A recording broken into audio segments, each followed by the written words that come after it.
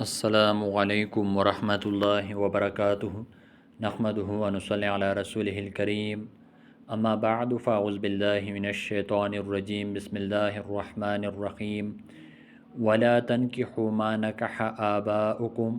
ولا اور نہ تنکحوا تم نکاح کرو ما جن سے نکاح کر چکے آباؤکم باپ تمہارے من نسائی عورتوں میں سے الا مگر ما جو قد تحقیق سلفا گزر چکا انہ بے شک وہ کانا ہے وہ فاحشتاً بے حیائی کا کام و مقتاً اور قابل نفرت وساء اور بہت ہی برا سبیلاً راستہ ہے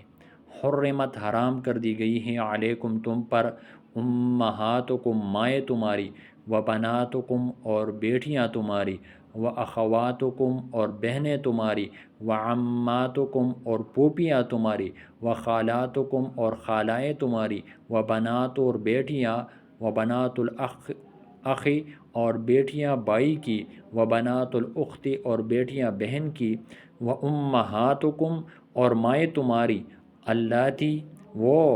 جنہوں نے ارضعنکم دودھ پلایا تمہیں و اخواتکم اور بہنیں تمہاری من الرضاعتی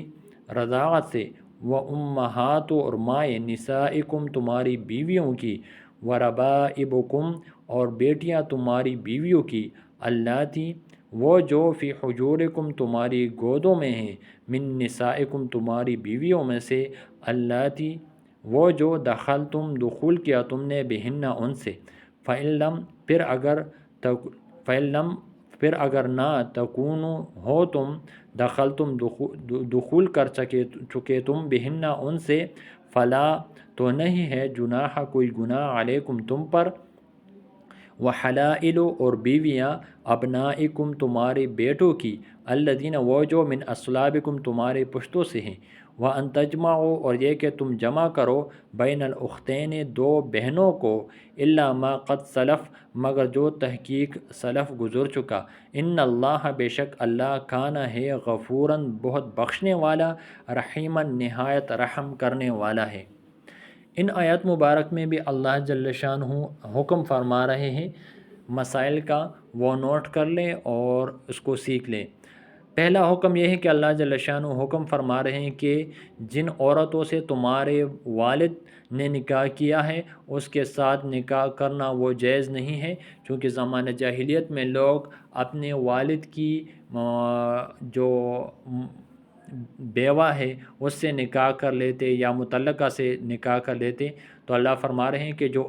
اس سے پہلے ہو چکا، اب تو نئے احکامات آ رہے ہیں، تو جو ہو چکا وہ ہو چکا، یہ نہیں کہ اب کوئی کہے کہ فلاں نے تو کی تھی، فلاں کا تو اس سے بھی بیٹا بھی ہے، نہیں، جو اس سے پہلے ہو چکا ہے، اس آیت مبارک سے پہلے وہ ہو چکا ہے، اس پر تم لوگ اس پر ملامت نہ کرو، اب اس کے بعد تم لوگوں نے نہیں کرنا ہے۔ تو وَلَا تَنْكِحُوا مَا نَكَحَ آبَاؤُكُمْ نکاح نہ کرو ما نکح آباؤکم جن سے نکاح کر چکے تمہارے باپ من نساء عورتوں میں سے، ان عورتوں سے نکاح مت کرو جن سے تمہارے باپ نے نکاح کیا ہے الا ما قد سلف مگر جو تحقیق گزر چکا، یعنی جو پہلے یہ کام ہو چکا ہے وہ کچھ ہو چکا ہے، لہٰذا اس کے بعد اس طرح نہیں کرنا ہے، اس طرح اب نئی نکاح نہیں کرنا ہے۔ انہ کان فاحشۃ و مقتا بے شک یعنی یہ والد کی بیوی کے ساتھ نکاح کرنا یہ بے حیائی کا کام ہے اور قابل نفرت ہے، وساء سبیلا اور بہت ہی برا راستہ ہے۔ اللہ جل شانہ نے انتہائی سختی سے منع فرمایا کہ یہ بے حیائی ہے، نفرت کے قابل کام ہے اور بہت ہی برا راستہ ہے، لہٰذا اپنے والد کی منکوحہ سے نکاح وہ بالکل سخت حرام ہے۔ اب اللہ فرما رہے ہیں کہ کن کن عورتوں سے نکاح کرنا حرام ہے، تو اللہ فرما رہے ہیں حرمت علیکم امہاتکم حرام ہے تم پر تمہاری مائیں، یعنی وہ جس سے تم پیدا ہوئے ہو وہ سب تم پر حرام ہے، چاہے تمہاری ماں ہے، تمہاری دادی ہے، نانی ہے، وہ سب تم پر حرام ہے، تم اس سے نکاح نہیں کر سکتے۔ وبناتکم اور بیٹیاں تمہاری، یعنی جو تم سے پیدا ہوئے، چاہے تمہاری بیٹی ہے یا تمہارے بیٹی یا بیٹی کی بیٹیاں ہیں، اس سے تم نکاح نہیں کر سکتے۔ یہاں بناتکم سے مراد ہر وہ لڑکی ہے جو آپ سے پیدا ہوئی ہے، چاہے وہ آپ سے پیدا ہو گئی پھر اس سے پیدا ہو گئی، وہ بھی آپ پر حرام ہے۔ وَأَخَوَاتُكُمْ، اور بہنیں تمہاری بہنیں وہ تم پر حرام ہے، اس سے نکاح نہیں کر سکتے۔ وَعَمَّاتُكُمْ، اور پھوپھیاں یعنی تمہارے والد کی بہنیں وہ تم پر حرام ہیں۔ وخالاتکم، اور خالائے تمہارے، خالہ سے نکاح جائز نہیں، یعنی اپنی ماں کی بہن سے نکاح نہیں کر سکتے۔ وبنات الاخ،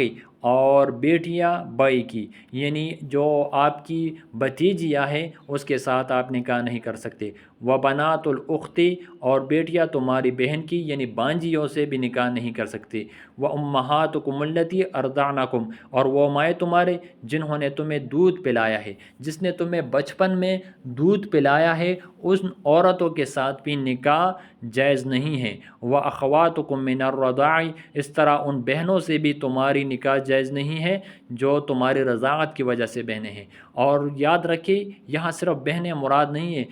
رضاعی بہنوں سے بھی نکاح جائز نہیں، رضاعی پھوپھیوں سے بھی نکاح جائز نہیں، رضاعی خالوں سے بھی نکاح وہ جائز نہیں ہے۔ وَأُمَّهَاتُ نِسَائِكُمْ، اور تمہاری بیویوں کی مائی یعنی ساس سے بھی آپ نکاح نہیں کر سکتے۔ وَرَبَائِبُكُمُ الَّتِي فِي حُجُورِكُمْ، اور بیٹیاں تمہاری بیویوں کی وہ جو تمہاری پرورش میں ہیں، یعنی آپ نے کسی عورت کے ساتھ نکاح کر لیا